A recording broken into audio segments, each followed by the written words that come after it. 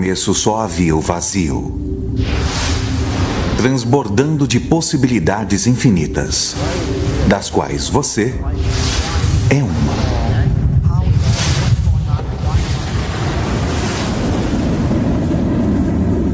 De onde viemos? Física quântica. É a física das possibilidades. Mecânica quântica permite.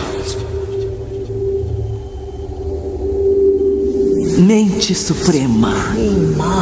Cérebros podem formar. Milhões de redes neurais.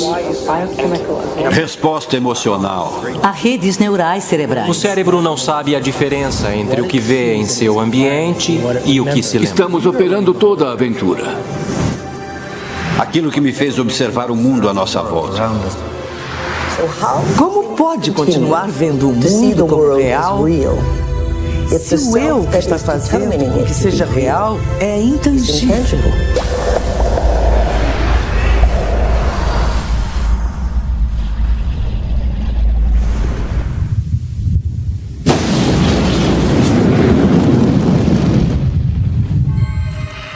O seu repórter da verdade apresenta notícias emocionantes. Será que o divórcio acabou? Estariam o espírito e a ciência dando as mãos? A igreja e o laboratório estão dizendo a mesma coisa?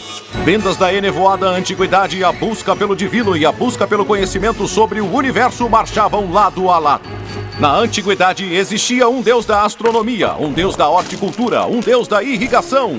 E os padres eram os escritores e os pesquisadores que investigavam esses campos do conhecimento. Grécia Antiga. Os filósofos respondiam perguntas do tipo: por que estamos aqui? Desenvolveram a teoria do átomo, movimentos celestiais e a ética humana. Europa medieval. A igreja alcançou uma posição de imenso poder.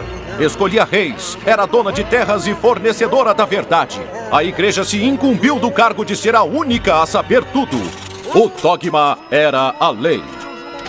Mas a ciência evoluía e desafiava o dogma de que a Terra era o centro do universo. Copérnico, Bruno e Galileu sentiram o peso da mão da igreja. A tragédia. Sem conseguir mais omitir a ciência, a igreja e a ciência dividiram o esforço pelo conhecimento. Descartes inventou o dualismo. A igreja tinha o invisível, a ciência o visível. E assim nasceu o materialismo. Uma trégua penosa. Os cientistas não eram mais tolerados e reagiram em forma de vingança. O invisível é fantasia, ilusão.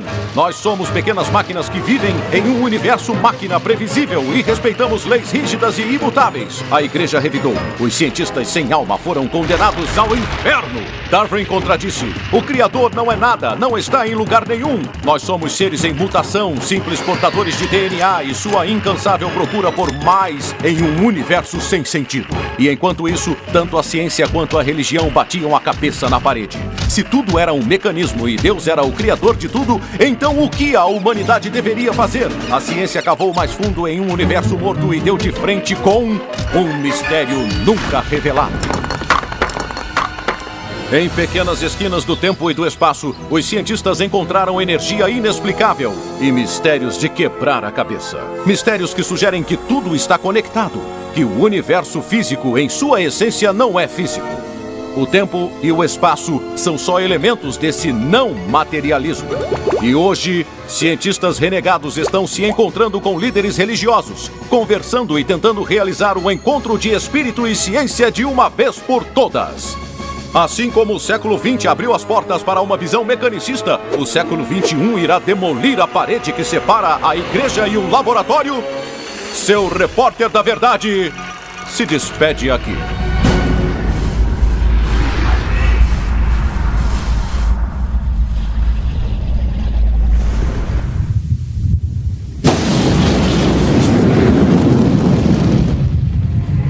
Então, o que nos ensinaram na escola não é como as coisas realmente são. E os nossos sentidos nos pregam peças. Vocês têm que se perguntar, afinal, o que é essa realidade em que nos encontramos? A física moderna diz que são ondas de informação. E eu acredito nisso? Haha, tomara que sim! E estamos aqui com o vovô de toda esquisitice quântica, o nada famoso experimento da fenda dupla. Para entender esse exemplo, nós precisamos ver como partículas ou bolinhas de matéria agem.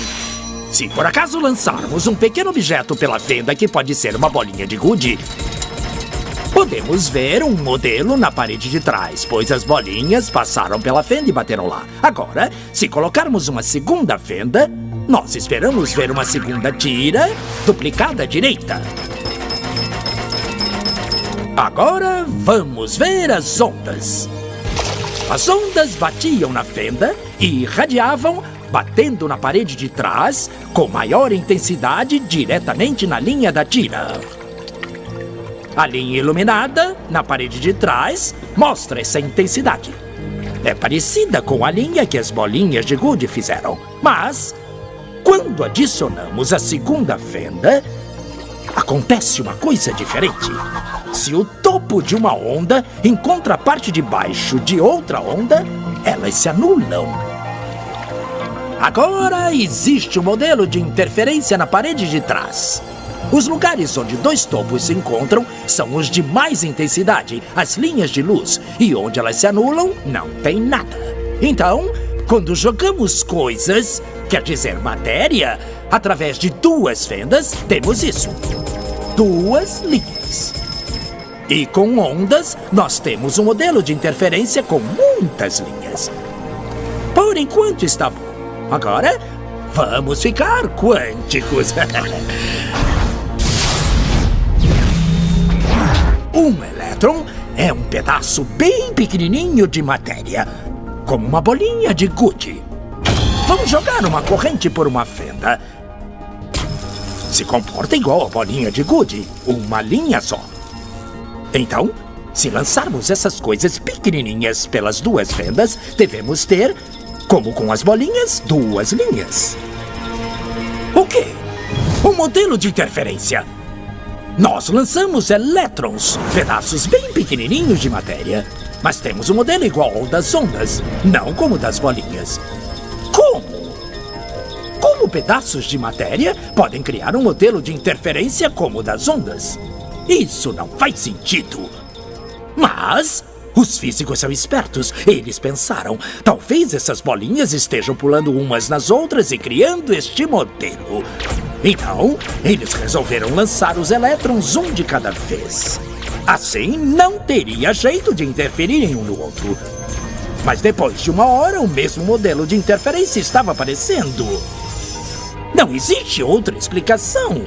O elétron sozinho sai como uma partícula, se torna uma onda de potenciais, passa pelas duas fendas e interfere consigo mesma para bater na parede como uma partícula. Mas, matematicamente, é mais estranho ainda. Passa pelas duas fendas e por nenhuma. E passa por uma só e passa só pela outra. Todas essas possibilidades estão em superposição uma com a outra. Mas os físicos ficaram incomodados com isso. Então, decidiram espiar e ver por qual fenda o elétron realmente passa. Eles colocaram um equipamento medidor em uma fenda para saber por qual delas o elétron passou e seguiu voando. Mas o mundo quântico é muito mais misterioso do que eles podiam imaginar.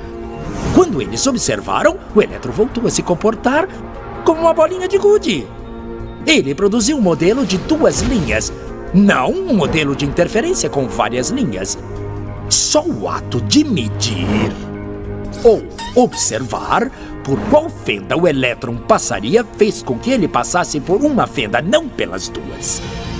O elétron decidiu agir diferente, já que ele sabia que estava sendo observado. E foi assim que os físicos entraram nessa terra estranha e misteriosa dos eventos quânticos. O que é a matéria? Bolas de gude ou ondas? E ondas de quê? E o que o observador tem a ver com tudo isso?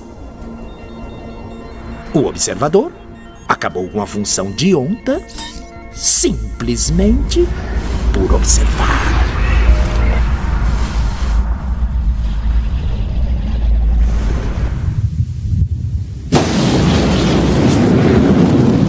Mas o tataravô da maluquice da esquisitice quântica é o emaranhado. Se o tempo reverso, a simetria, destrói a noção do tempo, o emaranhado destrói a nossa experiência de espaço. 2 objetos, 2 elétrons criados juntos, estão emaranhados. Mande um para o outro lado do universo. Agora, faça alguma coisa com um e o outro vai responder instantaneamente. Instantaneamente. Então, ou a informação está viajando infinitamente rápido, ou, na realidade, eles ainda estão conectados. Estão emaranhados. E, já que tudo estava emaranhado no momento do Big Bang, isso quer dizer que tudo ainda está se tocando. Espaço é só a forma que nos dá a ilusão de que somos objetos separados. Já descemos o bastante na toca do coelho?